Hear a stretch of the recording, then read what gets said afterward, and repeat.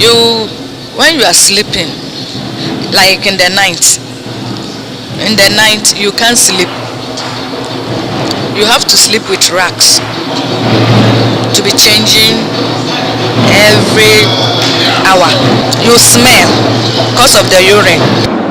My advice to all, especially to the men,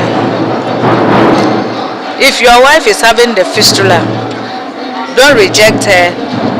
Take her to the hospital and she will be treated.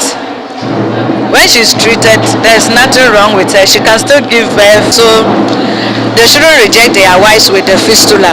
And like the family members too, you shouldn't think that because the woman is having fistula, that's the end of the woman.